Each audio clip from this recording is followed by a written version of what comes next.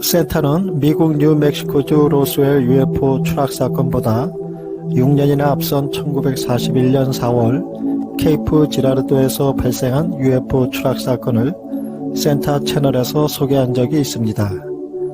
이 놀라운 사건은 세간에는 알려지지 않은 채 세월이 흐르다가 제보자인 윌리엄 허프먼 목사가 죽기 직전 세계적인 민간 UFO 연구단체인 무폰에 그 당시 상황을 본 그대로 전하여 세상에 알려지게 되었습니다.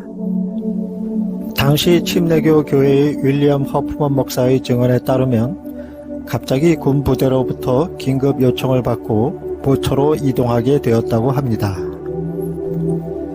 도착한 현장에는 이미 군의 정보 요원들과 FBI 요원, 소방관들로 에워싸고 있었으며 추락한 비행 접시가 부서진 채 땅에 처박혀 있었고 세구의 외계인 사체가 있었다고 합니다.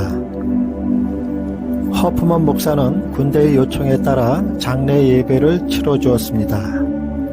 장례 예배가 끝난 후 현장의 모든 파편과 외계인 사체는 물론 토양까지도 철저하게 수거해 갔다고 합니다.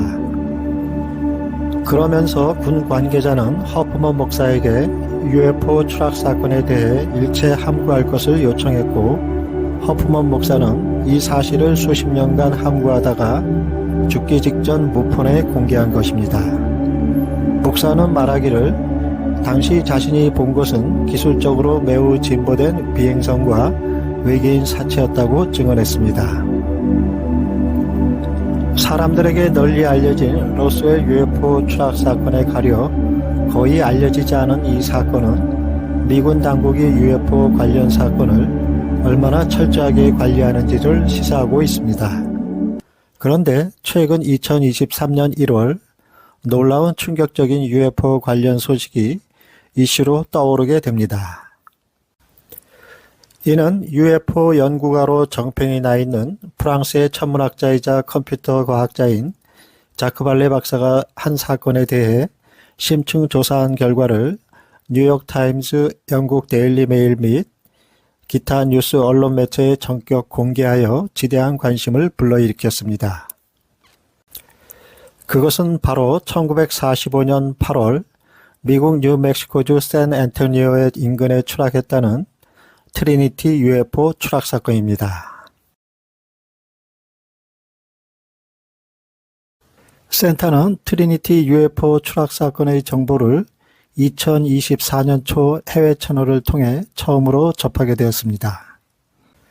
그리고 이 사건에 관한 관심과 흥미를 느끼게 되면서 올해 초 조사에 착수하게 되었습니다.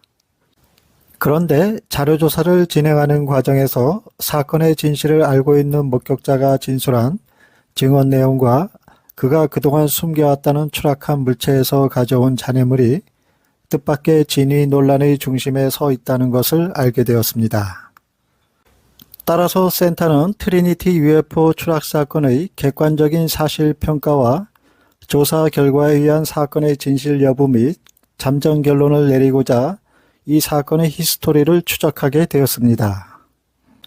이 사건을 심도 있게 조사하고 긍정적 평가를 내린 프랑스의 저명한 UFO 연구가인 자크 발레 박사의 견해와 추락 사건 당시 군부대의 회수에 이르기까지 모든 상황의 흐름을 목격했다는 호세 파델라의 진술 내용, 해당 사건을 최초로 보도한 벤 모펫 기자가 쓴 기사 내용, 미국 TV 채널에 출연한 호세의 인터뷰 내용, 추락한 비행체 내부에서 가져온 것이라는 금속 물체의 분석 결과 보고서, 해당 사건을 심층 조사한 무폰 소속의 베테랑 조사관이었던 제임스 클락슨의 조사 결과물, 그리고 이 사건을 조사한 더글라스 딘 존슨과 과학작가인 브라이언 더닝의 조사 리포트와 위키피디아에 실린 사건의 히스토리, 기타 해외 유튜브 채널 등 광범위한 자료조사를 진행해 왔습니다.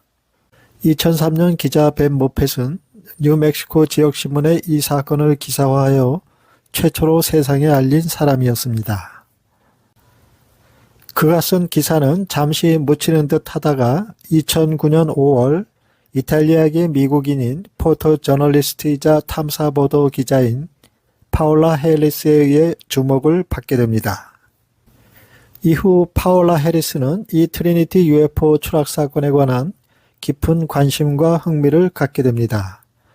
2006년 영국의 저명한 UFO 연구가인 티모시 굿은 그의 책 Need to Know에서 이 사건을 언급했습니다. 2011년 자크 발레 박사는 66년 동안 침묵 속에 가라앉아 있었던 트리니티 사건의 단서를 탐사 보도 기자인 파울라 해리스로부터 깊숙이 숨겨져 왔던 사건의 실마리를 풀어줄 두 사람의 휴민트 정보를 접하게 됩니다. 그리고 자크 발레 박사는 사건의 내막과 진실을 알아내기 위해 2010년 이후 유일한 목격자인 호세 파딜라와 레미 바카를 찾아 본격적인 인터뷰 조사를 하게 됩니다. 10년간의 조사 끝에 사건의 조사를 마무리한 후 2021년 7월 31일 프랑스어로 된 단행본 트리니티가 출간되었고 이후 보강된 자료를 추가한 두 번째 책인 트리니티 가장 잘 보관된 비밀이란 제목의 책으로 2022년 8월 1일에 출간되었습니다. 자크 발레 박사는 파울라 해리스와 함께 이 트리니티 UFO 추락 사건의 현장 조사에서 아직 생존해 있는 목격자의 역사적 관찰을 재구성했습니다. 알려진 바에 의하면 당시 9살의 어린 소년이었던 호세 파딜라가 친구와 함께 비행물체가 인근 타워에 충돌하면서 지면에 추락한 것과 나중에 군 부대가 현장에 출동하여 추락한 물체를 트레일러로 회수하여 가져가는 모든 상황에 이르기까지 전 과정을 약 9일간에 걸쳐 낱낱이 관찰했다고 증언했다는 점입니다. 그러나 이후 이 소년은 자신이 당시 9일 동안 물체의 상태와 군인의 활동을 관찰하고 몰래 물체의 내부로 들어가 한 일에 대해 세상에 발설하게 될 때 자신의 신상에 닥칠 두려움에 60년간 침묵을 지켜왔다고 합니다.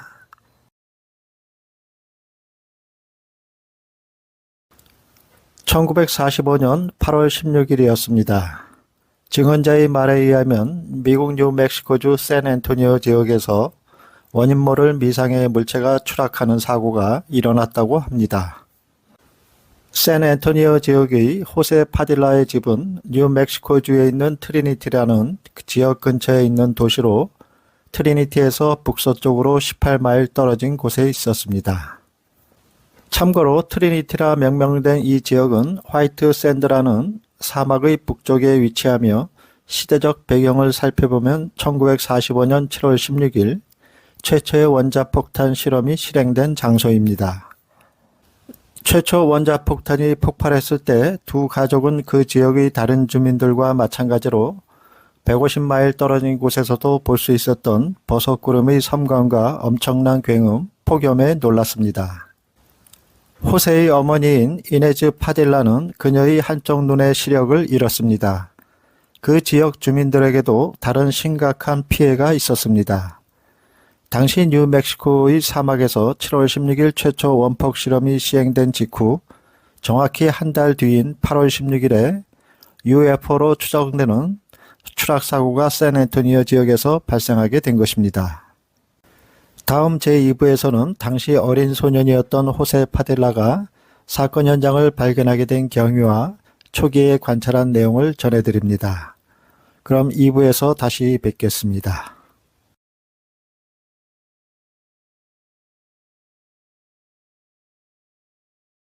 센터는 이 사건과 관련하여 자료조사를 추적하던 중에 영국의 저명한 UFO 전문가인 티모시 굿이 2006년 출간한 그의 저서 Need to Know에서 트리니티 UFO 추락 사건을 언급한 것을 알게 되었고 그분의 견해를 듣고자 지난 1월 28일 그의 매니저에게 이메일을 보냈습니다.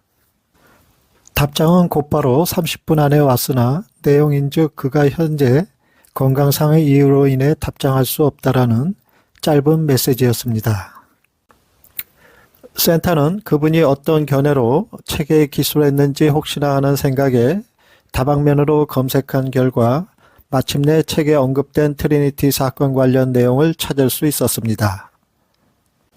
그 내용은 짧게 정리된 요약으로 1945년 8월 트리니티에서 원폭이 폭발한 지 거의 5주 후에 샌앤토니오의 파딜라 목장 근처에서 두 어린 소년들이 굉음과 빛을 보고 현장에서 땅속에 박힌 아보카도 형태의 우주선이 지상에 돌출된 것을 발견했다는 내용이었습니다.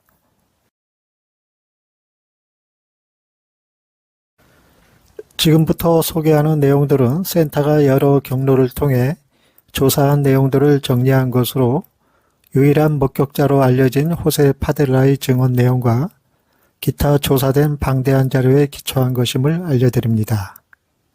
따라서 최종 트리니티 UFO 추락 사건의 진위와 센터의 잠정 결론과는 무관하게 현재까지 알려진 사건의 전말을 먼저 소개합니다.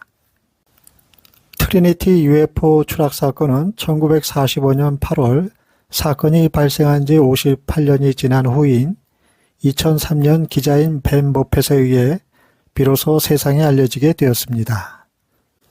사건이 일어날 당시 지상에서 현장을 발견한 유일한 목격자는 9살과 7살의 어린 나이였던 호세 파딜라와 레미 바카였습니다. 그리고 하늘에서 비행하던 도중 현장 주변에서 연기가 나는 광경과 추락하여 부서진 물체 그리고 2명의 어린 소년을 상공에서 목격한 전투기 조종사인 윌리엄 브로피가 있었습니다. 당시 사건의 발생부터 군 부대에 의해 물체의 회수와 현장 마무리가 지어지기까지의 상황을 낱낱이 관찰한 호세 파딜라의 증언 내용은 다음과 같았습니다. 파딜라 가족은 소를 키우는 목장과 집, 픽업 트럭 한 대가 있었습니다. 당시 9살인 호세는 아버지 집의 농장에서 일하고 있었습니다. 폭풍으로 비바람이 불던 날 두 소년은 송아지를 찾고 있을 때 소닉붐과 같은 폭음 소리가 들렸고 협곡에서 연기가 나는 것을 보았습니다. 원폭 실험이 있은 지 한 달 후 또 한 차례의 폭음을 들은 호세는 친구 레미에게 폭탄이 터진 것 같다고 말했습니다. 아이들은 무슨 일이 일어난 건지 확인하러 그쪽으로 향했습니다. 호세의 말에 의하면 가장 가까이 접근했던 거리는 약 300피트였습니다. 호세는 늘 소지하고 다녔던 망원경을 통해 사고가 발생한 현장을 두루 살펴보게 됩니다. 사고 현장에는 충격으로 부서진 듯 커다란 구멍이 있는 아보카도 모양의 큰 물체가 근처 타워에 충돌한 후 추락한 듯 땅이 패인 큰 도랑이 발견되었고 물체가 땅 위를 쓸고 내려가 축구장만큼 크기의 면적에 손상을 입혔습니다. 그리고 발바닥이 뜨거울 정도로 지면의 온도가 상승하면서 덤불이 타오르고 있었습니다. 그런데 구멍난 물체의 주위로 키가 작은 생명체 3명이 이리저리 미끄러지듯 뛰어다니는 것을 보게 됩니다. 호세의 눈에는 그 생명체들의 모습이 마치 곤충처럼 보였고 고통을 겪고 있는 것처럼 느껴졌으며 고음의 소리가 들렸습니다. 그 순간 소년들의 마음에 불쌍함이 여겨졌습니다. 호세는 그 상황에서 두려움이 없이 더 가까이 접근하고 싶었지만 겁에 질린 레미는 싫다고 하여 소년들은 집으로 돌아가게 됩니다. 소년들이 집에 도착했을 때 호세는 본인들이 본 미상의 물체가 추락한 사고에 대해 아버지에게 말하게 됩니다. 다음 제3부에서는 호세가 9일간 관찰했다는 현장 기록에 관해 살펴보도록 하겠습니다. 시청해주신 여러분들께 진심으로 감사드립니다. 호세는 하루를 뺀 8일간에 걸쳐 추락한 비행물체가 군에 의해 최종 회수되어 차량에 의해 옮기게 되기까지 전 과정을 관찰할 수 있었다고 합니다. 그에 따르면 그 물체는 나중에 미 육군에 의해 회수되었습니다. 그럼 그가 공개한 내용을 바탕으로 관찰한 기록을 핵심만 정리하여 알려드리겠습니다.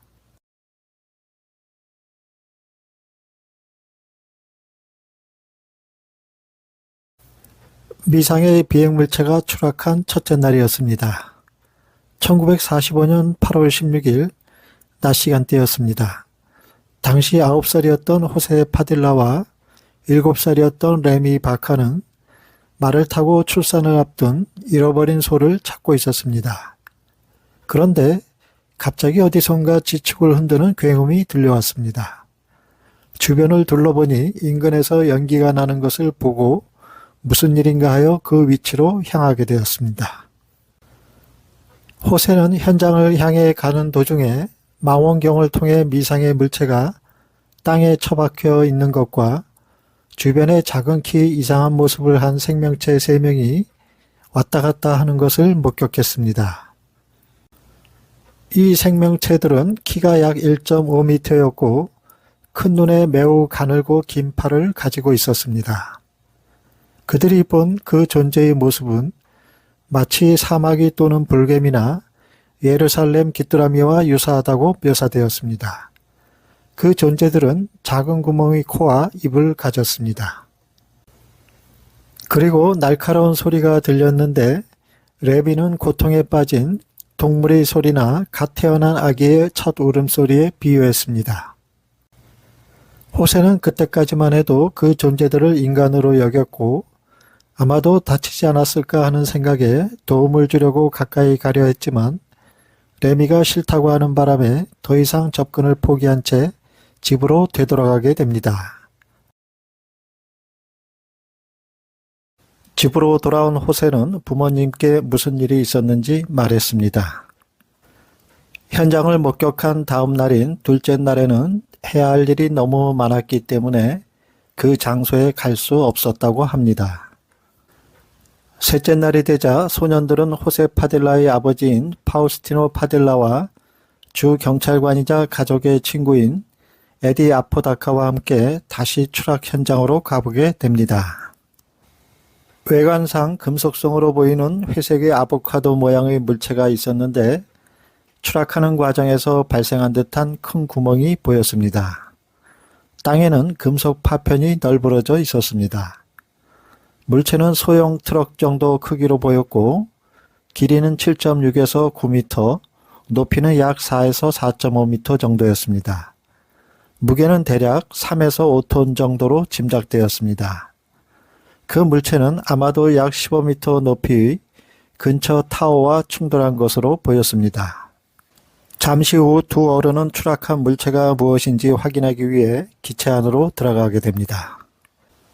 물체 안으로 들어간 지 약 5분에서 10분이 지난 후 기체 밖으로 나온 두 어른은 입 밖으로 아무런 이야기도 하지 않은 채 두 소년에게 말하기를 이 일에 대해 아무에게도 말하지 말라고 하면서 아이들에게 단단히 주지를 시켰습니다. 아마도 이 사건을 발설하게 되면 자신들의 신상이 공경에 처할 수도 있는 듯 염려하는 것처럼 보였습니다. 그리고 키 작은 이상한 존재들은 어디에도 보이지 않았고 사라진 것 같았습니다. 넷째 날인 19일 일요일이었습니다. 파딜라의 집은 군인인 아빌라 하사의 방문을 받게 됩니다. 군인은 말하기를 현지에 추락한 실험용 기상 풍선을 회수하기 위해 왔다고 말했습니다. 아빌라 하사는 아무도 이 문제에 대해 알지 못하는 것이 중요하다고 말했습니다. 5일째인 20일이 되자 사건 현장에는 도로와 넓은 대문이 만들어졌고 바퀴가 18개 정도인 대형 트레일러가 연결된 트럭과 크레인이 도착했습니다. 이어 물체를 거대한 크레인으로 들어올려 트레일러에 장착해 고정시켰습니다. 이 모든 상황을 호세와 레미는 근처 산등성이 초목에 숨어 군인들이 움직이는 상황을 몰래 관찰하게 됩니다. 특별한 예방 조치는 없었습니다. 군인들은 평소에 입던 작업복을 입고 있었고 임무가 끝난 후에는 샌앤토니오의 올빼미 바와 카페에 가서 쉬는 시간을 가졌습니다. 25일경 모든 것은 그 물체가 곧 최종 목적지가 있는 곳으로 운반될 것임을 나타냈습니다. 마지막 날 트럭은 문 밖으로 몰렸고 물체는 묶여 방수포로 덮여 있었습니다. 호세는 군인들이 오늘 밤 물체를 옮기리라 생각합니다. 두 소녀는 병사들이 저녁에 떠날 때까지 얼마간 기다리게 됩니다. 그런 뒤 호세는 군인들이 안 보이자 차량으로 올라가 물체를 덮고 있는 방수포의 일부를 뒤로 당깁니다. 그러자 물체의 측면에 있는 구멍이 드러났고 레미가 방수포를 열어두는 동안 호세는 물체 내부로 들어가게 됩니다. 물체의 내부는 금속성으로 노란색 황동과 비슷했지만 빛은 없었습니다. 바닥은 평평했고 곡선벽은 리벳 없이 패널로 만들어진 것처럼 보였습니다. 또한 특별한 장치나 기구와 같은 구조물은 전혀 없었습니다. 그런데 호세는 먼 훗날 샌앤토니오 지역에 물체가 추락했었다는 증빙으로 삼기 위해서였는지 모르겠지만 물체의 내벽에 부착된 브라켓을 떼어내어 집 어딘가에 몰래 숨기게 됩니다. 물체 위에는 약 70cm 크기의 투명하고 플라스틱 같은 돔이 있어 일광을 비추었습니다. 한쪽에는 약 30에 24인치 크기의 패널이 있었고 여기에 몇 개의 핀이 부착되어 있는 금속 조각이 있었는데 호세는 이것을 쇠 지렛대로 풀었다고 합니다. 다음 제4부에서는 호세가 추락한 물체에서 가져왔다는 금속 조각의 과학적 분석 결과가 공개됩니다. 시청해주신 여러분들께 진심으로 감사드립니다.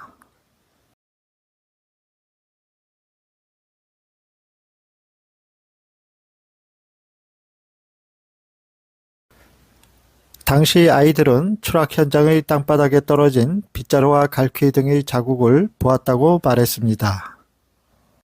그리고 종이처럼 보이는 금속 조각과 같은 물건을 발견했는데 그것은 주름이 접혔다가 원래 모양으로 되돌아갔다고 합니다. 당시 어린 호세는 물체의 내부로 들어가 구부러진 벽에 회전하는 장치가 부착된 온전한 패널이 있는 것을 보았습니다. 호세는 그것에서 금속물을 떼어냅니다. 그리고 나중에 호세는 그것을 숨기기 위해 레미에게 주었고 레미는 그것을 길 건너편 창고 보드 아래 숨겼다고 합니다. 왜냐하면 군인이 물체에서 무언가를 가져갔는지 확인하기 위해 그의 아버지 집을 방문하여 수색했기 때문이었습니다. 그가 은밀하게 소장해온 물체는 길이가 약 30cm 정도로 아마도 어떤 종류의 지지대인 것으로 보였으며 무게는 425g 정도였습니다. 2024년 케이칼 뉴스 방송 프로그램의 인터뷰에서 호세는 기자로부터 금속에 대한 법적 근거가 없는 출처도 배제할 수 없습니다 라고 말을 들었습니다. 기자가 한 말은 그 금속 조각이 UFO에서 가져왔다는 것을 증명할 수 없다는 의견도 무시할 수 없다는 내용이었습니다. 그러나 호세는 밝혀진 금속 조각의 분석 결과에 대해 아무도 그것이 어떤 건지 모릅니다 라고 말했습니다. 기자는 호세에게 묻기를 당신이 말하는 이야기가 미쳤다고 사실이 아니라고 생각하는 사람들에게 뭐라고 말하겠습니까? 라고 묻자 그는 기자에게 글쎄요, 많은 사람이 그렇게 말하는 것을 많이 들었습니다 라고 말했습니다. 2004년 금속 조각을 분석한 결과 그것은 주로 알루미늄인 것으로 밝혀졌습니다. 2015년에는 파울라 해리스가 미국의 민간 UFO 연구단체인 무폰의 젠 하르젠에게 도움을 요청하여 물질의 표본 2개를 오하이오주에 있는 프론티어 분석 연구소로 보내어 검사를 받게 했습니다. 프론티어 분석 연구소의 화학적 분석 결과는 금속체가 알루미늄과 실리콘 구리가 섞여 있는 것으로 밝혀졌습니다. 추락한 물체의 내부에서 추출된 물체라고 알려진 금속 조각은 엔진 크랭크 케이스, 가솔린 및 오일 탱크 또는 엔진 부품에서 흔히 볼 수 있는 금속 화합물로 구리와 실리콘이 포함된 알루미늄 합금으로 밝혀졌습니다. 그리고 동위 원소 값은 지구상의 동위 원소 값과 비슷했습니다. 보고서는 또한 금속 부품이 주변의 환경 파편으로 덮여 있었다고 말했습니다. 2016년 새로운 분석에서는 이 물질을 알루미늄이 87.06%, 실리콘이 10.45%, 구리가 1.97%, 마그네슘이 0.52%로 구성된 실루미늄으로 추가 분류했습니다. 2017년 10월 24일에는 멕시코의 분석교육센터에서 이 조각을 분석한 결과 화학공학자 베르나베 에르난데스 산토스는 알루미늄이 34.6mg으로 우세하며 아연이 27.0, 철이 6.5 및 기타 알려지지 않은 158.5mg의 판독불가 원소가 뒤를 잇는 것을 발견했습니다. 이 사건을 조사한 자크발레 박사는 아마도 금속 조각이 차량 장비의 일부가 아니라 군인들이 사용하는 도구 또는 파괴된 타워에서 산산조각이 나면서 나온 것일 수 있다는 견해를 밝혔습니다. 결론적으로 자크발레 박사는 다양한 분석을 통해 이 재료는 알루미늄 실리콘의 일반적인 합금이며 표준으로 복잡하지 않으며 업계에서 많이 사용된다는 결론을 내렸다고 확신했습니다. 다음 제5부에서는 전직 범죄수사관으로 20년의 경력과 워싱턴에서 30년 동안 무폰의 회원이었고 10년간 워싱턴주 담당 국장으로 일해왔던 제임스 클락슨이 조사한 트리니티 사건의 보고서 내용을 소개하겠습니다. 시청해주신 모든 분들께 진심으로 감사드리며 5부에서 찾아뵙겠습니다.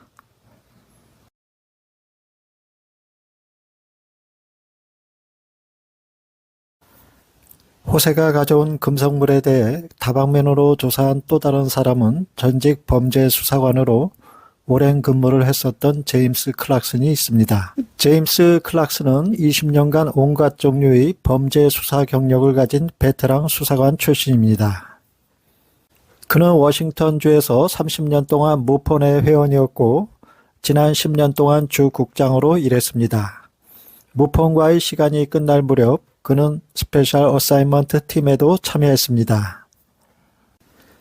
그가 트리니티 UFO 충돌 사건의 정보를 처음 접한 것은 트리니티 최고의 비밀이라는 제목의 파울라 해리스와 자크 발레가 공동 집필한 책이 출간되기 전이었습니다. 2014년 사고 현장으로 갔을 때 파울라 해리스와 그녀의 조수 그리고 아직 생존해 있는 증인인 호세 파딜라를 만나게 되는 행운이 있었습니다. 그는 사건 전체를 조사하는 과정에서 뉴멕시코 로스웰에 있는 뉴멕시코 육군 사관학교의 수석 교관인 프랭크 킴블러 씨를 알게 됩니다.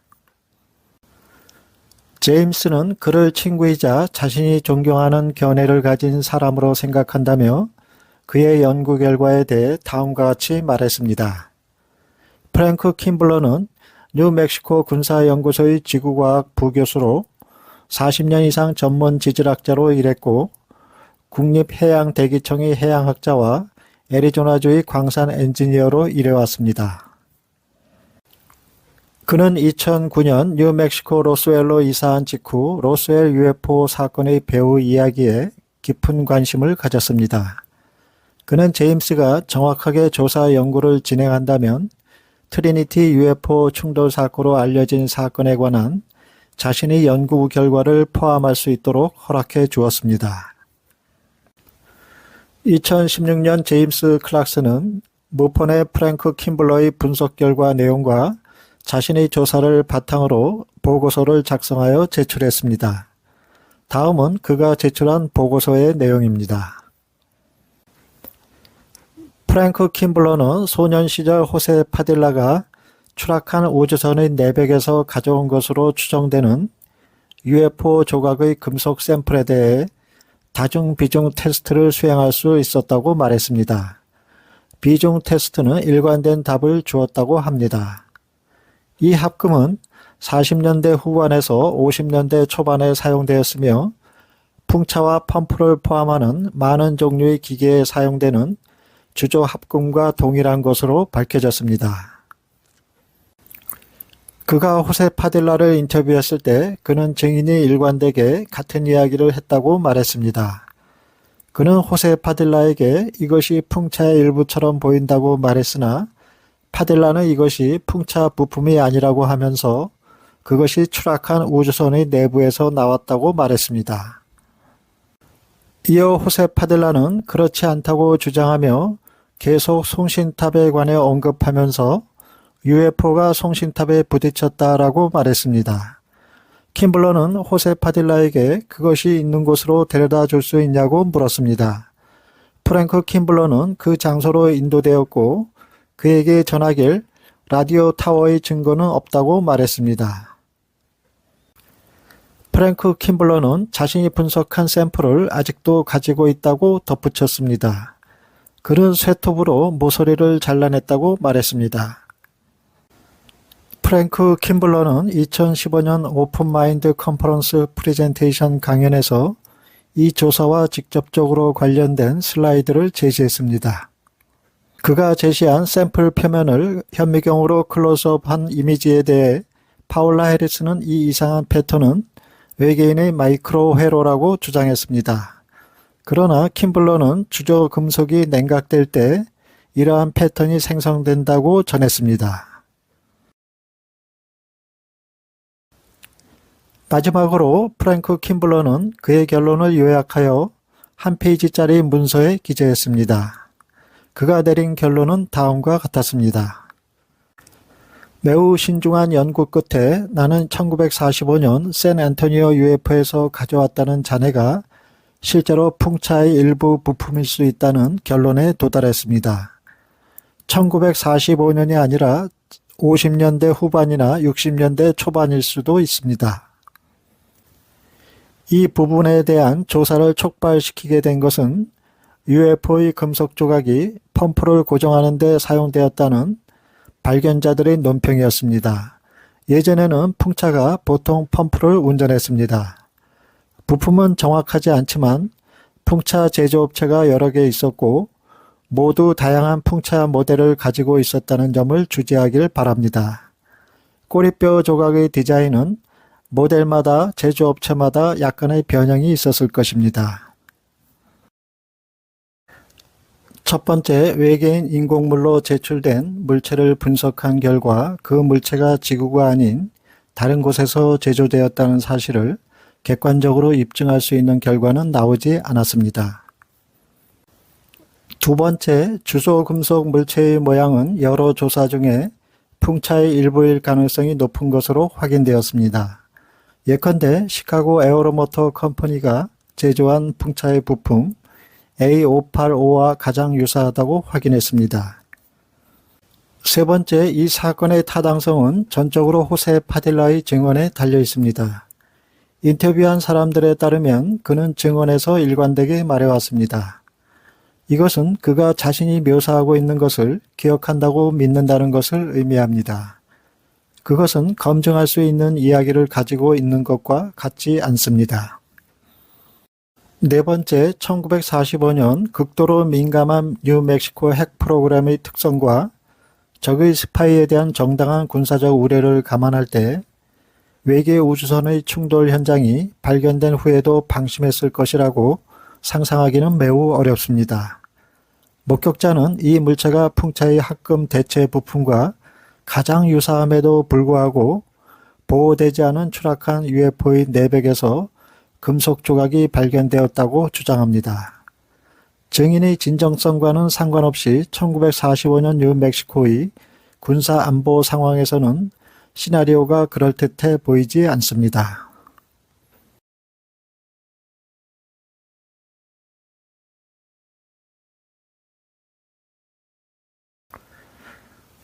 다음 제6부에서는 회의론자들이 이 트리니티 UFO 추락사고로 알려진 사건에 관해 결론을 내리길 날조된 속임수라고 주장하면서 그들의 주장이 무엇에 근거한 것인지 알아보는 시간을 갖겠습니다.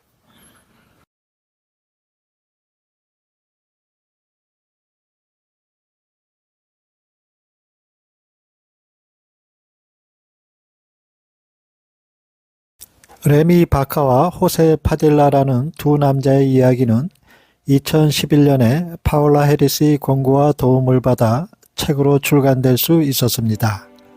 책의 내용은 그들이 어린 소년 시절 살았던 근처의 트리니티 지역에서 그들에게 일어난 사건들을 회고한 것으로 알려져 있습니다.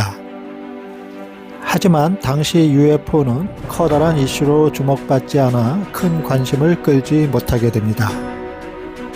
이후 10년이 지난 2021년 자크 발레와 파울라 해리스에 의해 트리니티 UFO 사건을 다룬 트리니티 가장 잘 보관된 비밀이란 책이 출간됩니다. 오늘 소개하는 6부에서는 트리니티 사건이 왜 진위 논란의 거센 도전을 받게 되었는지, 이 사건을 파헤친 회의주의 작가인 브라이언 더닝의 주장을 알아보겠습니다. 회의주의 작가인 더닝은 독립 언론인 더글라스 딘 존슨을 언급하면서 그가 자신이 다루는 주제에 대해 깊이 있고 모든 문서와 비디오, 오디오, 녹음 및 기타 증거의 명확한 출처의 제시를 제공했다고 말합니다. 그는 더글라스 딘 존슨이 2023년 5월 1일에 처음 발표한 세부 사항과 시리즈의 몇 가지 추가 보고서에 근거하여 자신의 견해를 다음과 같이 밝혔습니다. 그중 핵심 부분만을 정리하여 소개합니다.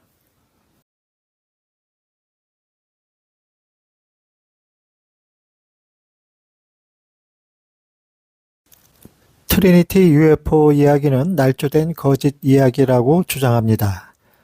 사실 바카와 파델라 이야기는 왜곡된 기억이나 정직하게 잘못 해석된 경험도 아니며 직설적인 날조된 거짓으로 잘 알려져 있었다라고 말합니다. 자신이 지어낸 것을 알고 있는 사람들이 지어낸 말 그대로의 사기라는 것을 UFO 현상 역사가들은 이미 잘 알고 있었습니다. 라고 말했습니다. 두 번째 언급은 호세 파딜라 배경의 거짓말을 제시합니다. 파딜라의 배경에서 그가 한국으로 파견된 주 방위군이었었다는 주장을 했으며 그곳에서 총을 맞았다고 말했으나 주 방위군은 파딜라가 전혀 복무하지 않았고 한국에 간 적도 없었다는 것을 확인했습니다. 세 번째 언급은 허구의 거짓 이야기를 만들어 퍼뜨리는 레미 바카의 언행이 그에 대한 신뢰와 믿음을 잃게 했다고 말합니다. 바카는 나중에 무펀의 회원이 되었고 특히 로스웰 사건에 매료되었다고 합니다. 1995년 바카는 UFO 연구가인 도널드 슈미츠의 로스웰 사건을 주제로 한 강연에 참석했습니다. 강연이 끝나자 그는 슈미트에게 1947년에 자신에게 일어난 UFO 추락 사건에 대한 개인적인 이야기가 있다고 말했습니다.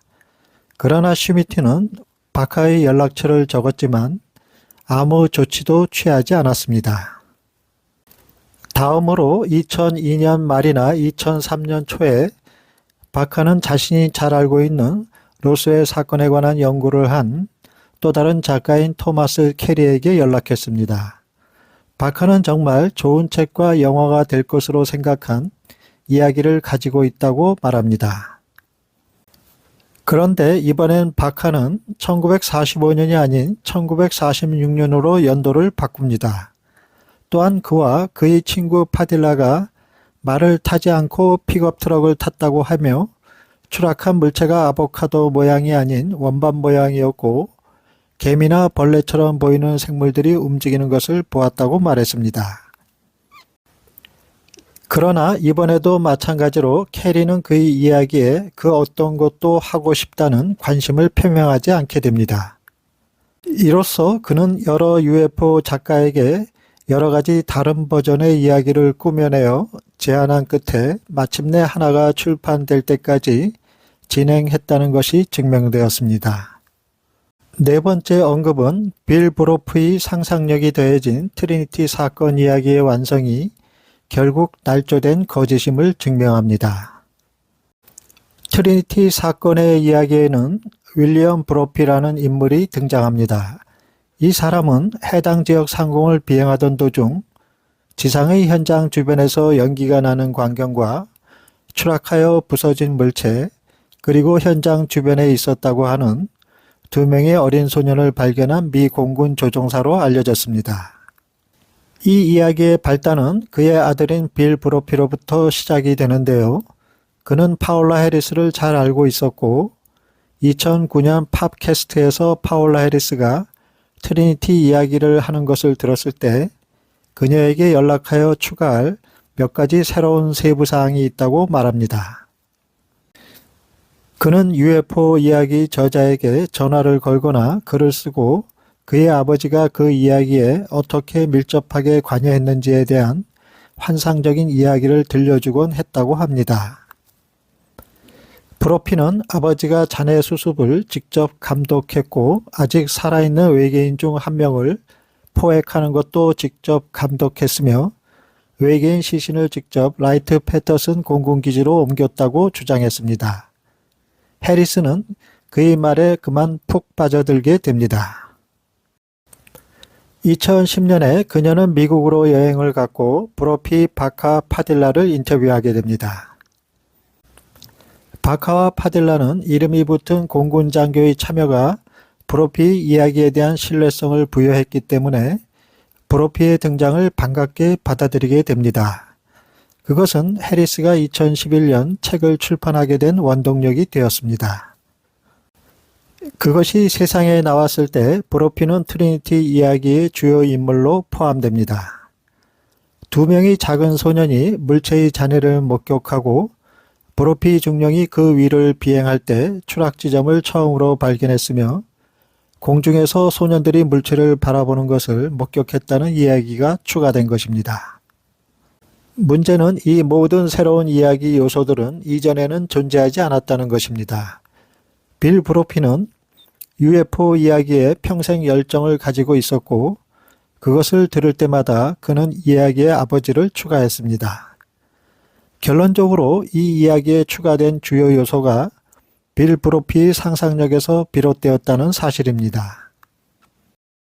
다음 제7부에서는 독립 언론인인 더글라스 딘 존슨이 철저하게 조사한 결과를 기반으로 그가 전하는 견해와 주장이 무엇인지 알아보도록 하겠습니다.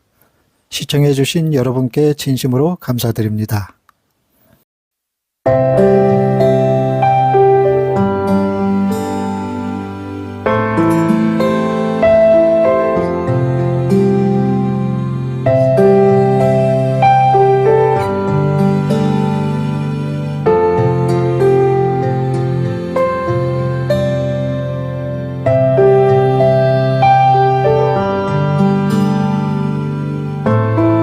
오늘 소개하는 7부에서는 트리니티 UFO 스토리의 안팎 배경을 3개월간에 걸쳐 철저한 조사를 해온 독립 언론인인 더글라스 딘 존슨의 블로그에 올려진 아티클을 중점적으로 살펴보는 시간을 갖겠습니다.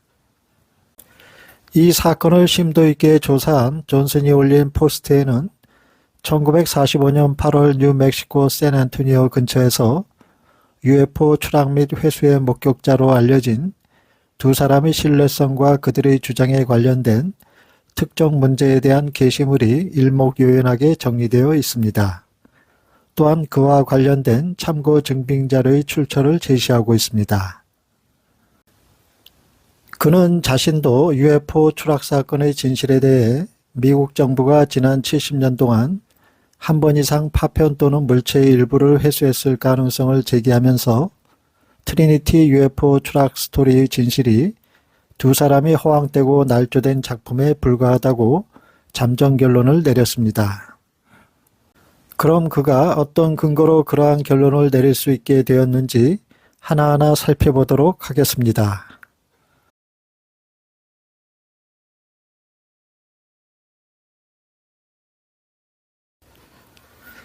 그가 쓴 본문은 다음과 같이 시작됩니다.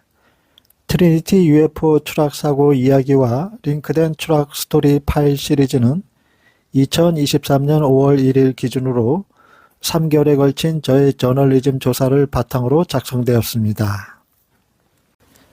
저는 목격자라고 주장하는 바카 파딜라, 브로피 세 분의 출처가 모두 신뢰성에 절대적으로 치명적인 거짓말이나 공상을 퍼뜨렸음을 입증하는 광범위한 문서를 제시합니다.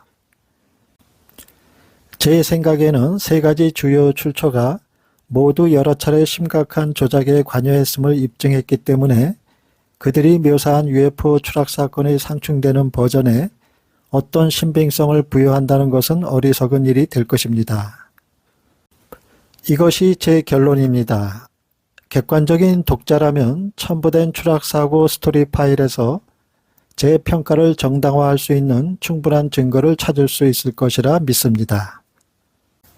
실제로 저는 발레와 해리스가 나중에 대중화시킨 양립할 수 없는 바카 파딜라 이야기가 처음 발표되기 1년도 채 되지 않은 시기에 레미 바카가 완전히 다른 소년 시절의 UFO 추락 사건에 대한 이야기를 담은 30분 분량의 녹음 파일을 발견한 것 그 자체로 트리니티 전체와 발레 해리스 및 다른 사람들이 이를 바탕으로 한 모든 추정에 완전히 치명적이라 믿습니다. 이에 대한 자세한 내용은 2023년 5월 20일자 보고서인 충돌 스토리 파일 레미 바카 스모킹건 인터뷰에 자세히 설명되어 있습니다. 자크 발레 자신도 2023년 9월에 바카가 캐리에게 제시한 UFO 추락 이야기는 허구라고 표현하는 것이 좋다고 인정했습니다.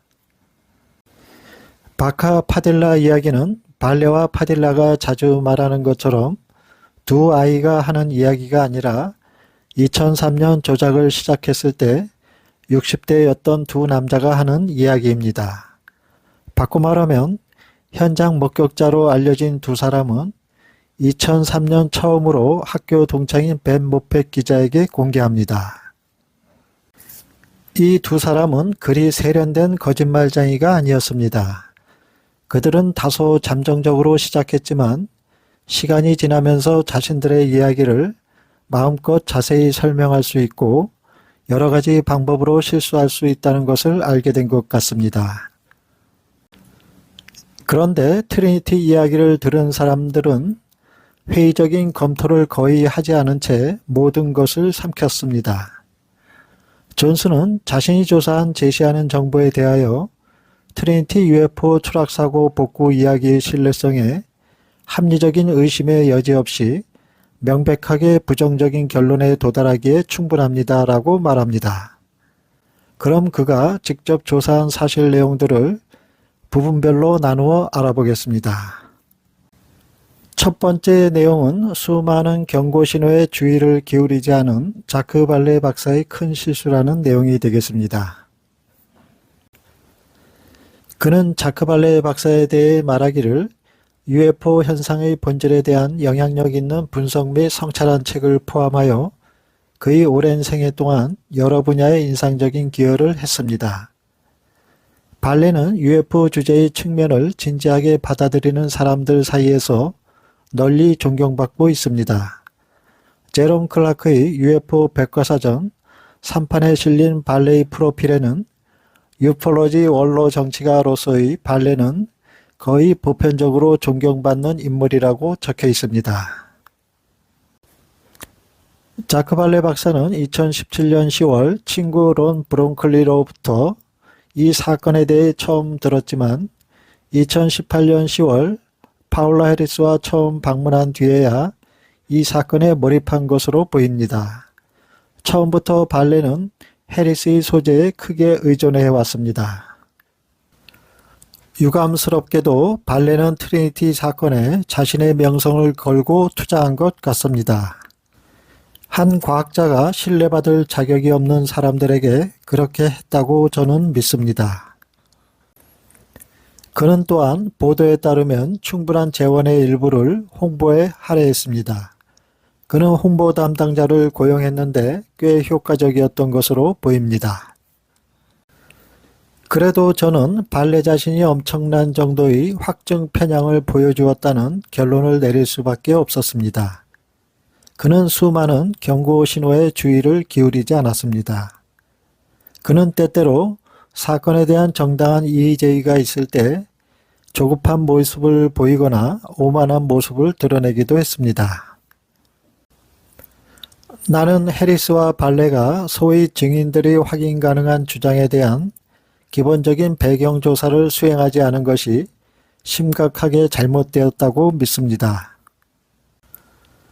예컨대 트리니티 UFO 추락 이야기의 발기인들인 레미 바카와 호세 파딜라의 논란의 여지가 있는 거짓말들과 예를 들어 뉴멕시코 경찰관 에디 아보타카에 대한 거짓말, 호세 파딜라가 캘리포니아 고속도로 순찰대로서 광범위한 복무를 거짓으로 주장했다는 증거, 또한 레미 바카가 딕시 주지사의 측근이라고 거짓 주장했다는 것입니다. 존슨은 말합니다. 그들은 증인이 아닙니다. 그들은 사기꾼이며 나중에 연쇄적인 환상 유포자에 의해 확정됩니다. 레미 바카는 생애 한 시기에 레이 바카로도 알려졌는데 캘리포니아에서 보험 세일즈맨으로 일하던 1990년대에 미국의 민간 UFO 연구단체인 무폰에 회원가입을 합니다. 그는 2003년부터 UFO 추락사고 이야기를 공개적으로 홍보하면서 바카는 이를 문서화하기 위해 매우 적절한 거짓을 그의 이야기에 통합하기 위한 다양한 출처의 자료를 긁어왔습니다. 또한 레미 바카는 파울라 해리스와 다른 사람들에게 깊은 인상을 주기 위해 바카는 1970년대에 워싱턴주의 정치 세계에서 그의 위상을 심하게 과장하기도 했습니다. 구체적으로 바카는 워싱턴주 주지사인 딕시리 레이의 중요한 선거 킹메이커였고 레이 주지사의 집행부 멤버였다고 거짓 주장을 했습니다. 또한 바카는 원자력위원회 위원 출신인 워싱턴주의 딕시리 레이 주지사가 1945년 뉴멕시코주 샌앤토니오에서 발생한 UFO 추락사고에 대한 초비밀 파일을 바카에게 보여주는 환상적으로 믿을 수 없는 이야기를 조작했습니다. 1945년으로 추정되는 UFO 추락과 복구에 대한 이야기는 어린이들이 어른들에게 들려준 이야기가 아니며 오히려 60대 중반이었던 두 남자가 자크 발레와 파울라 해리스에게 처음 들려준 설화입니다. 두 목격자가 자신들의 이야기로 거액의 돈을 모으기를 희망하고 시도했으며 이를 위해 반복적으로 시도했다는 증거가 있습니다. 그들은 그것으로부터 이익을 얻기를 희망했습니다. 2023년 9월 16일 프레젠테이션에서 파울라 해리스는 뒤늦게 레미 바카는 꽤 욕심이 많았다고 말했습니다. 바카는 파딜라가 가지고 있는 외계 우주선의 내부 패널이라고 말한 알루미늄 블래켓에 25만 달러를 원했고 두 사람의 이야기에 25만 달러를 원했다라고 말했습니다. 그러나 그러한 노력 중 어느 것도 끔찍하게 성공적이었는지는 분명하지 않습니다. 다음 제8부에서는 또 다른 의혹과 점점 더 부풀려지는 트리니티 이야기에 대한 진실을 파헤칩니다. 시청해주신 여러분께 감사드립니다. 그럼 다음 시간에 또 뵙겠습니다.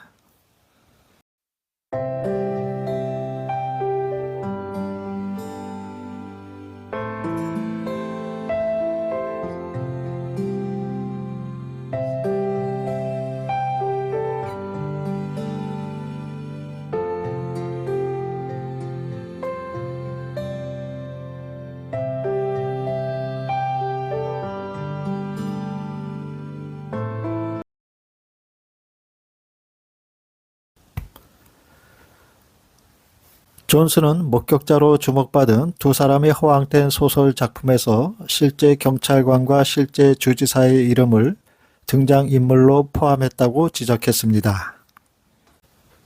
또한 존슨은 말하기를 파딜라의 가족과 함께 추락한 잔해를 살핀 주 경찰관이라고 알려진 에디 아포다카라는 인물이 실제로 존재했지만 진짜 에디 아포다카는 당시 2차 세계대전일 때 유럽에서 육군 항공대와 함께 있었고 1951년 1월까지 뉴멕시코주 경찰관으로 임관하지 않았다는 사실을 발견했다고 지적했습니다. 2023년 8월 자크 발레 박사는 에디 아포다카 경관이 UFO 추락 현장에 있었다는 자주 언급된 주장을 철회했습니다. 다시 말해 존슨의 지적은 충돌 사고일이 지나고 5년이 넘도록 뉴멕시코주 경찰관으로 임관하지 않아 에디 아포다카가 충돌 현장에 있었다는 것은 말짱 거짓말이라는 것입니다.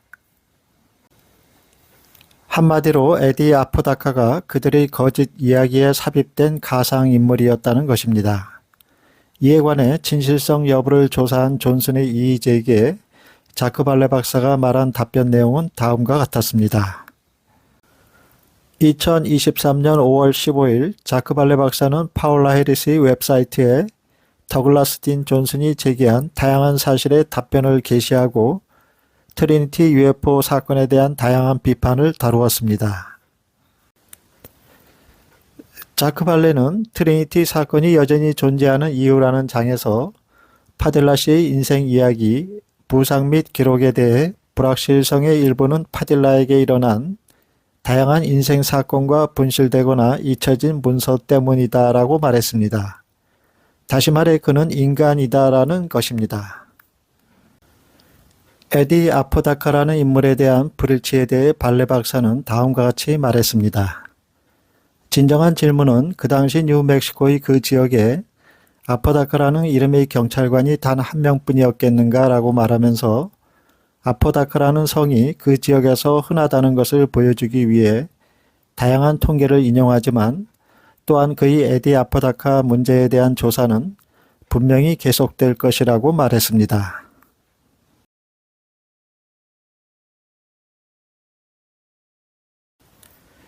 트리니티 이야기에는 주인공 역할을 하는 호세 파딜라와 레미 바카 외에 또 다른 한 명의 목격자가 등장합니다.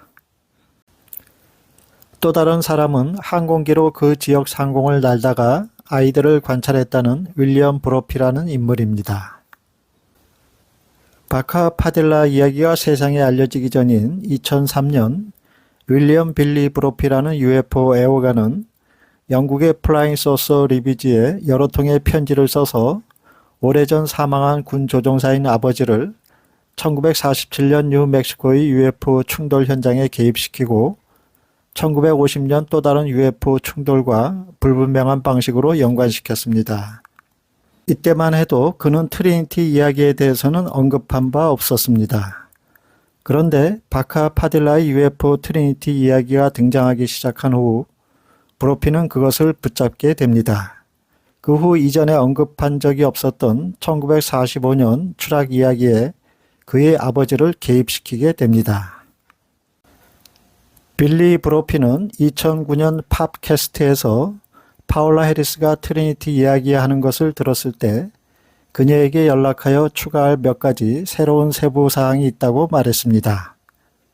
빌리 브로피는 아버지가 잔해 수습을 직접 감독했고 아직 살아있는 외계인 중 한 명을 포획하는 것도 직접 감독했으며 외계인 시신을 직접 라이트 패터슨 공군기지로 옮겼다고 주장했습니다.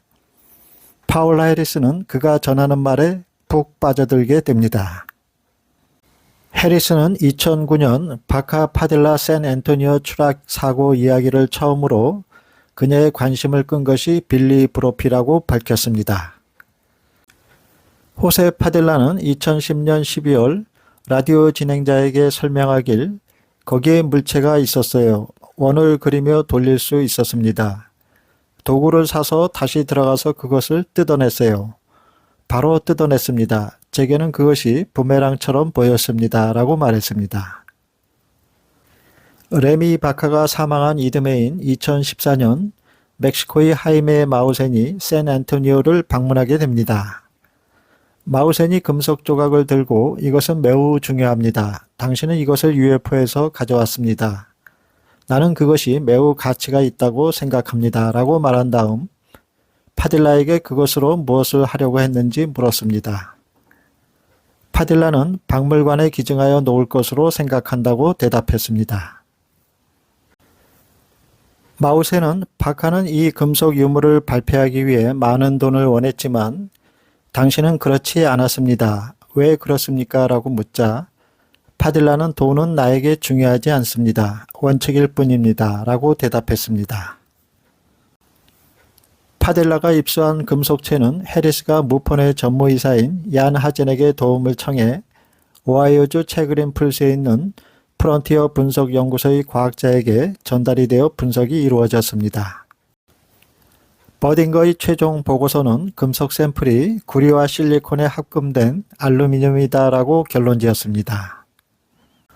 이에 더글라스 딘 존슨은 블로그 게시물에서 파딜라가 추락한 기체 안에서 떼어냈다는 금속 물체에 대해 누군가에 의해 제조된 물체라는 것을 의미한다고 말했습니다. 그는 자크 발레 박사가 2021년 10월 21일 탐사 보도 기자로 유명한 조지 넵과의 인터뷰에서 그 금속물이 지상에서 유래했다고 믿습니다. 많은 브래켓과 유사한 브래켓이며 그것은 별로 특별하지 않고 미터법 치수를 하고 있다는 것을 관찰했으며 미국이 아닌 멕시코에서 제조되었을지도 모릅니다. 라고 추측했습니다. 존슨은 그 금속 물체가 일반적인 산업용 물건일 것으로 확신하면서 풍차 풍력 터빈의 일부로 식별했습니다. 그는 이 장치가 실제로 화이트 샌즈 북부 구역의 맥도날드 렌치에 있는 풍차 공장의 레버라고 말했습니다. 또한 존슨은 호세 파딜라가 추락한 물체 근처의 지상에서 장치를 발견했다고 말했다면 아무런 문제가 없었을 것이며 사고 지점 근처에서 발견된 오래된 고철 조각으로 인정될 수 있었지만 목격자들은 그 장치가 우주선 내벽 벽에 잘 부착되어 있었고 지렛대를 사용하여 제거해야 했다고 말해 파딜라의 증언에 신뢰할 만한 여지가 없다는 것을 지적했습니다. 그가 조사한 바에 따르면 의회 도서관에 문의하여 알아낼 수 있었는데 화이트 샌즈 미사일 발사장의 북쪽 지역은 마르코니 타워가 자리 잡고 있었습니다.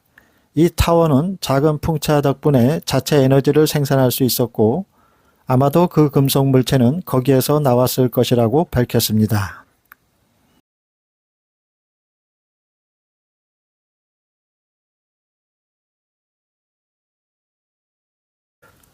다음 제9부에서는 트리니티 UFO 이야기에 대한 UFO 전문가들의 견해를 살펴보겠습니다. 시청해주신 여러분들께 감사드립니다.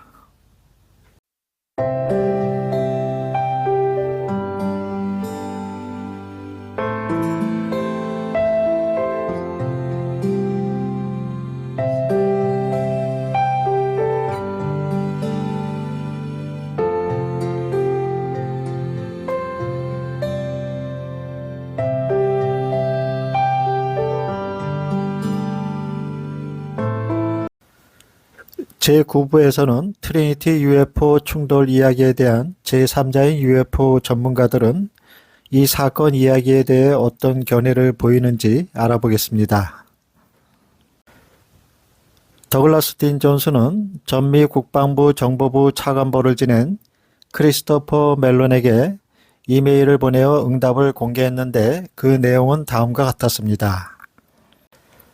크리스토퍼 멜론은 답장에서 말하기를 처음부터 나의 견해는 발레 박사가 1945년 변칙 기술의 복구에 대한 확실한 증거를 찾지 못했지만 그 사건을 조사할 가치가 있을 만큼 충분히 신뢰할 수 있는 정보를 찾아냈다고 생각했습니다. 저는 잠정적인 결론에 도달하기도 전에 가족 중 한 명을 만나기 위해 서부로 날아가 진지하게 실사했습니다. 그 이후로 더글라스 존슨이 주요 증인의 진실성에 의문을 제기하는 새로운 정보를 표면화했다는 것을 이해합니다.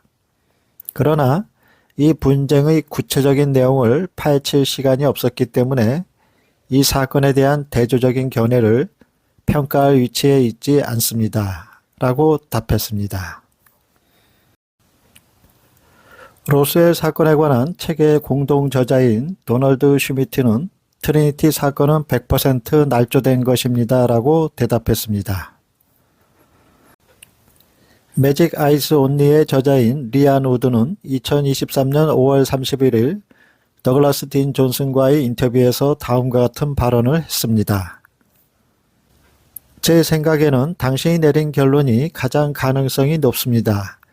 즉 돈과 명성을 추출하고 혼란스러운 추락한 UFO 이야기를 만들고 현대 문화의 모든 환경의 화제를 활용하려는 속임수와 베일에 쌓인 시도 또는 형편없는 시도입니다. 배드 UFO스의 로버트 쉬퍼 저자는 트리니티 UFO 이야기에 대해서 다음과 같이 말했습니다. 트리니티 UFO 추락 스토리는 2021년 5월 출시 당시부터 꽤 살얼음판 위에 있었습니다. 하지만 이제 완전히 산산조각이 났습니다. 더글라스 딘 존슨이라는 매우 부지런한 연구원은 다이너마이트 상자 전체를 실 위에 떨어뜨려 산더미처럼 날렸습니다. 존슨은 이 엉뚱한 이야기를 발레와 해리스가 책으로 내기 전에 해야 했던 조사 연구를 수행했습니다. 그는 트리니티 추락 이야기 주요 주장에 대해 매우 신중하고 상세한 반박을 발표하여 치명상을 입혔습니다.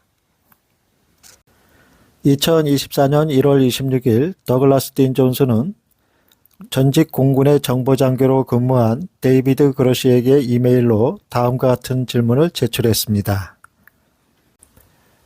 데이비드 그러시에게 보낸 이메일의 내용은 다음과 같았습니다. 당신은 정보 공동체나 의회 정보위원회 직원들에게 전달한 정보의 일부가 1945년 8월 뉴멕시코주에서 외계인의 비행체 추락과 의육군에 의한 회수 이야기를 구체적으로 다루었습니까? 이것은 자크 발레와 파울라 해리스의 책 트리니티 가장 잘 보관된 비밀이라는 주제의 이야기입니다. 존슨은 그러시 미디어 팀으로부터 다음과 같은 답변을 받았습니다. 그러시는 트리니티에 설명된 어떤 사건도 1945년에 실제 발생한 것으로 알고 있지 않으며 정보 공동체가 해당 사건에 관한 어떤 정보를 제공받았다고 의심하지 않습니다. UFO 연구가인 데이비드 하플리는 존슨은 1945년 사고에 대한 핵심 증인들인 호세 파딜라와 고 레미 바카 그리고 자크 발레와 해리스가 적어도 그의 이야기로 돈을 벌 수 있다는 희망에 동기를 부여받은 연쇄 조작자였다는 것을 합리적인 의심의 여지 없이 증명했습니다. 라고 말했습니다. 또 다른 UFO 연구가인 로버트 허스팅스는 트리니티 가장 잘 보관된 비밀의 초판본을 읽은 후 이야기의 명백한 결함과 증거의 금속 조각물의 결함, 형편없는 글에 너무 화가 나서 책을 다 읽었을 때 실제로 쓰레기통에 버렸습니다. 라고 말했습니다. 저명한 UFO 연구가인 케빈 랜들은 트리니티 초판 리뷰에서 다음과 같이 말했습니다. 이 새로운 이야기에는 로스웰 사건의 여러 측면이 삽입되어 있습니다. 제 관심을 끌었던 것은 외계인이 예루살렘 크리켓과 비슷하게 생겼다는 설명이었습니다. 바로 프랭키 로에가 로스웰의 외계인에 대해 이야기할 때 제공한 바로 그 설명입니다. 로스웰 사건에서 가져온 설명이 너무 많습니다. 저에게 이것은 확증보다는 오염을 시사합니다. 라고 케빈 랜들은 말했습니다. 이어 2023년 5월 20일 케빈 랜들은 말하기를 저는 더글라스 딘 존슨의 5월 1일 트리니티 UFO 추락 사건에 대한 분석에서 제기된 문제에 대해 자크 발레 박사가 내놓은 답변에 놀랐습니다. 저는 발레가 말한 내용 대부분이 보잘것없다는 것을 알았습니다. 주요 쟁점은 제대로 다루어지지 않았고 몇 가지 주목받지 못한 부분이 있었습니다. 더글라스 딘 존슨의 새 아티클은 샌앤토니오 추락 사건의 이야기가 완전히 다른 레미 바카와의 오디오 녹음을 보도하고 있습니다. 샌앤토니오 UFO 추락 사고가 사기라는 증거를 제공합니다. 라고 말했습니다. 그리고 2023년 10월 9일 케빈 랜들은 말하기를 더글라스 딘 존슨은 자신의 웹사이트에서 이 사건에 대한 모순과 명백한 거짓말을 폭로하는 일련의 기사들을 게시했습니다. 이 글들을 냉정하게 읽는 사람이라면 샌앤토니오 근처에서 추락 사고가 없었다는 사실을 깨닫게 될 것입니다. 정부 조사를 수행하는 사람들이 자크 발레 박사의 말을 비판 없이 받아들일지 걱정이 됩니다. 라고 말했습니다. 다음 제10부 마지막 편에서는 트리니티 UFO 추락 사건으로 알려진 이야기에 대한 센터의 견해와 잠정 결론을 말씀드리겠습니다. 시청해 주신 여러분께 감사드립니다. 오늘 소개하는 영상은 트리니티 UFO 이야기의 진실성을 팩트 체크하기 위한 조사된 내용들을 마무리하고자 총정리하는 내용이 되겠습니다. 외계 우주선과 시신이 회수된 이 추락 사건 이야기는 미 의회로부터 재조사가 필수적이라고 판단할 정도로 UFO 역사에서 중요한 사건으로 주목을 받게 됩니다. 이 트리니티 UFO 이야기가 미 정부에 이르기까지 부각될 수 있었던 이유는 마이크 갤러거 하원 의원이 세계 최초의 원자폭탄이 실험된 지 불과 한 달 후 아마도 가장 민감한 장소인 트리니티 지역에서 UFO가 추락했다는 중요한 주장이 제기된 해이기 때문에 추가된 것입니다. 2023년 회계연도 국방수권법 1196페이지에는 미확인 이상현상과 관련된 미국 정부의 역사적 기록을 상세히 기술한 서면 보고서를 제출해야 하며 1945년 1월 1일부터 시작되는 기간에 초점을 맞추어야 한다고 명시되어 있습니다. 2024년 2월 국방수권법에 따라 국방부 AARO는 미확인 이상현상에 관련된 미국 정부의 개입에 관한 역사적 기록의 보고서라는 제목의 보고서를 발간했습니다. 그러나 1945년 사건에 대해 보고서는 아무것도 단 한마디의 언급도 없었습니다. 이 보고서는 포괄적이고도 명백하게 정부 어느 부서에서도 외계인의 시체와 기술, 추락 잔해 등 어떤 증거도 없었다는 것과 그러한 모든 이야기는 증거가 없음에도 불구하고 이를 사실이라고 믿는 개인들의 순환 보고라는 결과라는 점을 지적하고 있습니다. 2023년 9월 23일 자크 발레 박사는 파울라 해리스의 웹사이트에 존슨 씨의 질의에 대한 두 번째 답변을 공개했습니다. 두 번째 기사에서 발레는 그는 자신의 비판에서 자신을 홍보했기 때문에 약점을 선택하려는 숙련된 검사로서 접근했습니다. 기록과 제시된 연구의 정확성뿐만 아니라 우리가 조사한 정직성에 의혹을 제기하기 위해 나머지를 무시하고 있습니다. 라고 말했습니다. 그러면서 한편 발레 박사는 우리가 책에서 사실적이거나 진실한 것으로 제시한 몇 가지 진술은 존슨 씨에 의해 올바르게 의심되었으며 그 점에서 우리는 그의 조사 방법이 가치가 있다는 것을 인정합니다. 그리고 우리는 그에게 전적으로 공을 돌리며 우리 기록에 필요한 변화를 주고 있습니다. 라고 긍정적인 표현을 덧붙여 말했습니다. 자크 발레 박사는 레미 바카가 왜 이야기의 세부 사항을 조작했는지에 대한 가능한 설명으로 두 아이는 그 이야기를 하기 위해 서로에게 엄숙하게 맹세했습니다. 그 서약이 깨졌다면 레미 바카가 아닌 나이가 더 위인 호세가 주도적인 역할을 해야 하지 않았을까요? 또한 호세 파딜라는 현장에 있으면서 우리 조사에 기꺼이 도움을 주었습니다. 존슨 씨가 암시하는 것과는 달리 그는 영광이나 보상을 추구하지 않았습니다. 그는 레미 바카와 공모하지 않았습니다. 라고 말했습니다. 발레 박사는 두 사람이 커다란 날조된 속임수로 이야기를 쓰기 위해 공모했다는 존슨 씨의 주장은 현실에 근거하지 않는다라고 결론지었습니다. 다음 두 번째 시간에서는 이 트리니티 이야기의 목격자로 알려진 호세 파딜라와 레미 바카가 말한 내용을 중심으로 총정리해보는 시간을 갖겠습니다. 시청해주신 여러분들께 감사드립니다.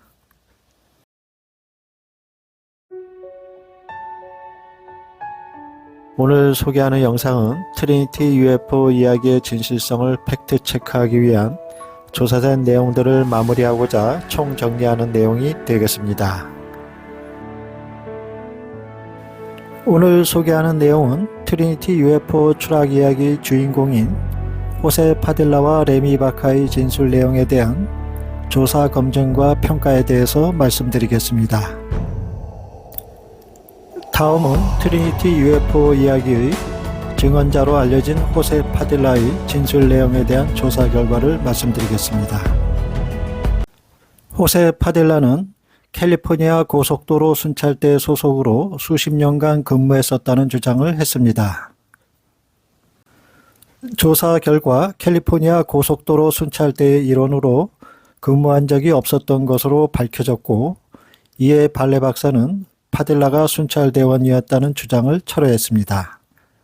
그런데 자크 발레 박사는 파딜라가 캘리포니아 고속도로 순찰대를 지원하는 트럭 검사관으로 일하던 중 실제로 범죄자의 총에 맞았다는 새로운 주장으로 대체하게 됩니다.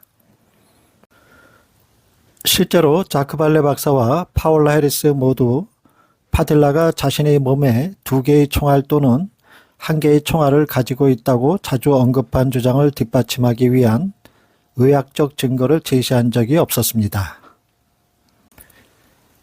다음은 호세 파딜라가 한국에서 참전 용사로 육군에 복무했었다는 주장에 대한 결과입니다. 존슨 씨는 2023년 5월 1일 기사 중 하나에서 한국전쟁 당시 육군에 있을 때 총에 맞았다는 파딜라의 주장에 대한 취소를 언급하게 되는데, 이에 자크발레 박사는 1953년 7월 휴전 이후 파딜라가 육군에 복무하며 한국에서 수행된 작전으로 부상을 입었다는 새로운 버전으로 대체했습니다. 그런데 조사 결과 파딜라의 이름은 한국전쟁 동안 죽거나 다친 육군 장병의 공식 명단에 나타나지 않으며, 이는 국가기록국의 온라인 지원을 통해 검색될 수 있었습니다. 파딜라가 주장한 육군 기록에 대한 검색에서 국가인사기록센터 검색에서 나오지 않았음이 증명되었습니다. 국가기록관 부서인 국립인사기록센터는 존슨 씨의 요청에 따라 실시된 조회에서 조지프 로페스 파딜라가 미국인에서 복무했거나 제한군인청에 청구한 기록을 찾을 수 없었습니다. 그 기관은 그의 풀네임과 검증된 사회보장 번호를 모두 사용했습니다. 2024년 1월 17일자 국립인사기록센터로부터 받은 편지에는 다음과 같은 내용이 적혀 있었습니다. 제출하신 이름 및 사회보장 번호를 사용하여 등록부를 검색한 결과 음성이었습니다. 우리는 또한 병역부에서 유지 관리하는 전자기록을 검색했고 일치하는 기록을 찾지 못했습니다. 또한 2024년 2월 7일 UFO 연대기 편집자이자 발행인이 베테랑 UFO 연구원인 프랭크 워렌은 독립적으로 제출된 검색 요청에 대해 2024년 1월 30일자로 제공된 정보로부터 참전 용사의 군 복무를 확인하려고 노력해왔습니다. 우리는 센터의 모든 기록 출처와 대체 기록 출처에 대한 광범위한 검색을 수행했지만 호세 파딜라의 군 복무를 확인하는 데 도움이 되는 정보를 찾을 수 없었다고 말했습니다. 결과적으로 파딜라가 어느 조직에서도 복무한 적이 있다는 기록을 찾지 못했습니다.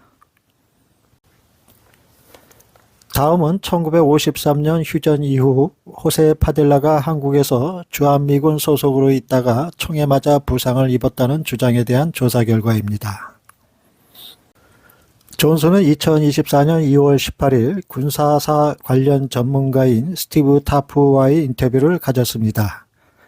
타프 씨는 휴전이 1953년 7월 23일 현지 시각으로 오후 10시에 발효되었으며, 서면 합의문은 비무장 인력이 새로운 DMZ에서 군수품을 45일간 청소할 수 있도록 규정했다고 합니다. 그는 그 청소하는 기간 중 폭력적인 접촉이 없었다는 기록이 분명하다고 말했습니다. 게다가 1950년대의 남은 기간에 지상은 평화로웠다고 그는 말했습니다. 타프는 또한 주한미군 사학자인 제임스 핀리가 제작한 주한미군 경험이라는 책에서 1953년 휴전 이후 북한의 적대 행위로 유엔사와 북한 주민들이 입은 사상자라는 표가 포함되어 있었습니다. 이 표에는 1953년 7월 23일과 1962년 사이에 적대 행위로 인해 미 육군이 부상을 입은 사건이 없음을 보여줍니다. 파딜라 발레 박사가 제안한 것과 같은 총격 사건이 실제로 발생했다면 그 테이블 위에 있었을 것이고, 그것을 논의하기 위한 정전위원회 회의가 있었을 것이라고 타프는 말했습니다. 이로써 상세한 군사기록에 의해 모순된다는 것이 입증되었습니다. 다음은 에디 아프다카 경찰관이 추락 현장에 동행했다는 주장이 사실인가를 알아보겠습니다. 1945년 8월 파딜라 가족의 친구인 에디 아프다카라는 뉴멕시코주 경찰이 추락한 외계 우주선에 들어가는 것을 보았다는 파딜라의 주장은 사실인지 알아보겠습니다. 존슨은 진짜 에디 아프다카는 1945년 8월 유럽의 육군 항공대에 있었고 1951년까지 뉴멕시코주 경찰관으로 임관하지 않았다고 지적했습니다. 이에 자크 발레 박사는 존슨 씨 조사 결과의 관련성에 대해 재빨리 이의를 제기했으나 2023년 9월 에디 아포다카 경관이 UFO 추락 현장에 있었다는 자주 언급된 주장을 철회했습니다. 그는 개정 3판에서 존슨 씨 연구에 따라 아포다카 경관은 당시 여전히 유럽에서 복무하고 있었다고 각 주에 정정하여 썼습니다. 이 같은 주장은 파딜라와 바카가 16살, 14살이었을 당시 1953년 4월에 일어난 인질구조 사건 이후 소코로 카운티에서 유명인이었던 경찰관의 이름을 단순히 차용한 것으로 보이며, 이는 그들이 아마도 1945년 8월에 진짜 에디 아포다카가 실제로 어디에 있었는지 확인하거나 아포다카가 몇 년도에 주 경찰이 되었는지 묻지 않았을 것입니다. 다음은 호세 파딜라의 아들인 세미 파딜라가 2022년 7월 23일 뉴멕시코주 경찰과의 비디오 녹화 인터뷰에서 말한 내용으로, 아버지는 병적인 거짓말쟁이라고 말하면서 아버지가 캘리포니아에서 경찰관이었다는 말은 거짓이라고 말했습니다. 다음은 호세 파딜라가 UFO 추락 현장에서 봤다는 진짜 불이 났었는가에 대한 주장입니다. 파딜라는 2013년 레미 바카가 사망한 뒤 추락 현장에서 파울라 해리스와의 영상 인터뷰를 한 적이 있었습니다. 그는 두 소년이 부서진 우주선에 다가가면서 본 것을 묘사했는데 마치 산불 같았습니다. 왜냐하면 이쪽에 있는 이 나무들과 선인장들이 있었고 그런 것들로 인해 연기가 많이 났기 때문입니다. 라고 말했습니다. 파딜라는 2019년 발레와 해리스와의 인터뷰에서도 우주선이 불을 지폈다는 극적인 상세 목격을 말하기도 했는데, 말하건대 그 물체는 땅에 닿았을 때 너무 뜨거워서 불이 났습니다. 라고 말했습니다.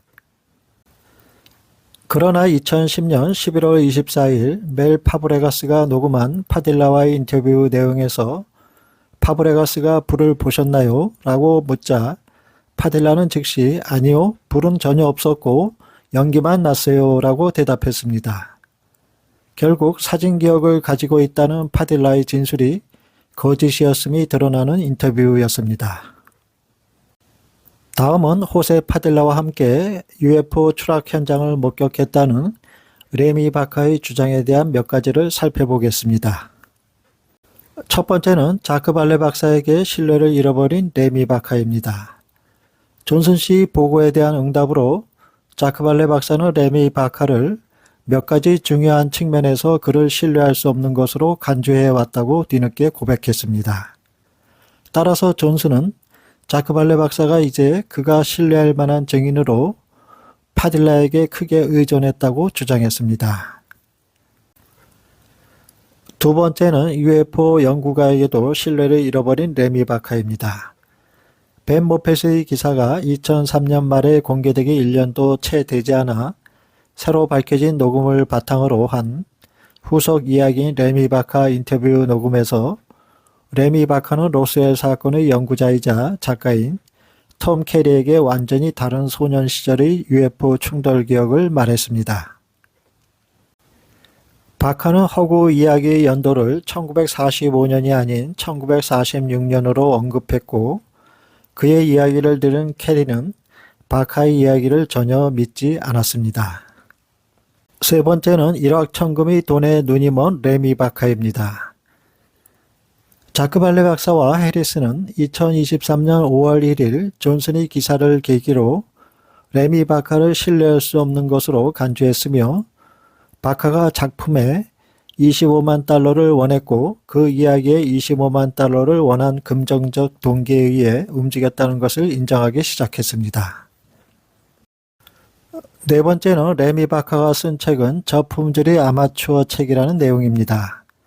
2011년 레미 바카와 호세 파딜라의 단행본인 그라운드 제로의 가장자리에서 태어났다, 50일 지역의 그림자 속에 살다라는 제목의 책에 대해서 자크 발레 박사는 아마추어 책이라고 부르며 대수롭지 않게 평가했습니다.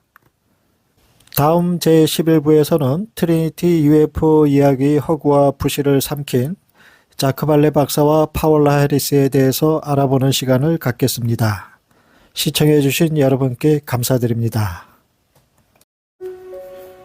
오늘 소개하는 내용은 트리니티 UFO 이야기의 소스를 자크 발레 박사에게 전한 파울라 해리스와 이 트리니티 이야기를 책으로 현재까지 3판을 펴낸 자크 발레 박사가 어떤 큰 실수를 했는지 이를 심도 있게 면밀한 조사를 거쳐 이 일을 제기한 더글라스 딘 존슨이 조사 결과에 대해 살펴보겠습니다. 앞서 말씀드린 대로 자크 발레 박사는 트리니티 UFO 충돌 이야기를 다룬 책과 이야기를 홍보하기 위해 홍보 담당자를 고용해 2023년 1월까지 뉴욕타임스, 폭스뉴스 네트워크의 터커 칼슨 투나잇, 영국의 데일리 메일 및 그 외의 수많은 UFO 웹사이트와 팟캐스트에 소개되었습니다. 자크 발레 박사가 이처럼 트리니티 UFO 충돌 이야기의 조사와 사건의 전파에 전심전력을 다한 이유는 트리니티 UFO 충돌 사건이 로스웰 사건보다 2년 앞서 일어난 사건으로 로스웰 사건과는 달리 세상에 거의 알려지지 않은 사건이라고 인식했기 때문이 아닌가 생각됩니다. 또한 자크 발레 박사는 사건의 초기부터 추락물체의 회수에 이르기까지 전 과정을 관찰한 목격자로 알려진 호세 파딜라가 전하는 이야기가 매우 구체적이고 한결같은 주장을 해왔다는 점과 상황 전개의 전반에 걸친 흥미진진한 관찰 기억을 유지하고 있었다는 점, 사건의 조사 과정에서 아무런 대가를 바라지 않고 도움을 주었다는 것에 깊이 빠져든 것으로 보입니다. 자크 발레 박사는 호세 파딜라의 탁월한 기억의 힘에 대해 2022년 12월 한 인터뷰에서 파딜라가 최고의 증인이라고 말하면서 그는 사진 기억을 가지고 있다는 빈번한 주장을 반복했습니다. 이에 관해 존슨은 말하기를 호세 파딜라의 심각한 속임수 또는 심각한 망상에 대한 증거가 속속 드러나고 있음에도 불구하고 자크 발레 박사는 무책임하게도 외계인 우주선 추락 및 구조에 대해 파딜라가 전한 말을 세계를 뒤흔들 수 있는 이야기에 믿을 만한 근거로 계속 제시하고 있었습니다. 자크 발레 박사는 트리니티 이야기에 너무 몰입한 나머지 아무리 많은 증거가 제시되더라도 호세 파딜라가 정직한 사람이라는 자신의 초기 판단을 포기하지 않는 것 같습니다. 라고 지적했습니다. 레미 바카와 캐리 녹음을 제시받은 발레와 해리스는 우리가 레미 바카와 호세 파딜라에 의해 심하게 현혹되었다는 새로운 증거가 밝혀졌습니다. 우리는 이 두 남자에게 이런 식으로 신뢰를 남용당한 것에 매우 실망했습니다. 우리는 그들의 주장을 액면 그대로 받아들인 우리의 잘못된 판단에 대해 심히 유감스럽게 생각합니다. 우리는 지금은 신뢰할 수 없는 주장에 근거하여 이전 글을 철회합니다. 라고 했습니다. 존슨은 그들이 호세 파딜라의 여러 가지 명백한 기만에 정면으로 맞서는 것을 피하고자 모든 종류의 회피와 왜곡에 관여하면서 자신과 오래전에 사망한 레미 바카 사이에 거리를 두려고 시도했습니다. 라고 언급했습니다. 2016년 미국의 민간 UFO 연구단체인 무폰의 전무이사였던 얀 하자는 파울라 해리스와 힘을 합쳐 UFO 저널과 무폰이 후원하는 컨퍼런스에서 이 트리니티 사건을 대대적으로 홍보했습니다. 하자는 스페셜 어사이먼트 팀장과 제임스 클락슨 의원 등 조직 내부 조사팀의 강력한 반대에도 불구하고 이 같은 일을 진행했습니다. 그런데 2020년 7월 무폰은 캘리포니아 허팅턴 비치에서 미성년자의 성적 청탁 혐의로 체포되어 기소된 무폰의 전무이사였던 얀 하잔을 조직에서 분리했습니다. 하잔은 무죄를 주장했으나 배심원 재판은 하잔이 2가지 중범죄 혐의로 유죄 판결을 받았고 2024년 9월 13일 징역 2년을 선고받았습니다. 파울라 해리스는 바카의 단행본이 2011년 출간되기 직전이었을 때 해리스는 그것을 축하하는 보도자료를 발표했습니다. 그녀는 그 책이 그들이 어린 시절에 일어난 일에 대한 그들이 본 것인 실제 물체가 추락한 것과 생물체들의 모습, 그들이 회수한 금속 조각, 현장에 파견된 군대의 활동 등 자세한 설명을 제공할 것이라고 말했습니다. 또한 파울라 해리스는 2023년 9월 16일 파딜라에 대해 내가 만난 사람 중 가장 정직한 사람 중 한 명이라고 말하면서 파딜라의 기억에 대해서는 그가 모든 것을 기억하며 그래서 그는 누가 그곳에 내려가도 자신의 이야기를 바꾸지 않았습니다. 왜냐하면 그것은 정말 일어났기 때문입니다. 라고 말했습니다. 존슨은 2024년 1월 25일 파울라 해리스가 웹사이트 섹션에서 책을 판매하고 추천하는 데 전념하고 있지만 여전히 바카의 거짓 증언된 작품이 홍보되고 있다는 것을 발견한다고 말했습니다.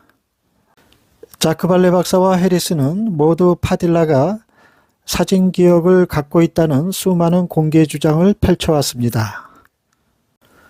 2003년 바카 파딜라가 전한 UFO 추락 사고 이야기를 신문에 처음으로 발표하여 세상에 알린 기자 벤 모펫은 2012년 레미 바카가 주도적으로 쓴 책인 그라운드의 가정자리에서 태어났다에 대한 리뷰에서 나는 그의 책이 들어간 바카의 많은 주장이 전혀 편안하지 않았습니다. 라고 언급했습니다.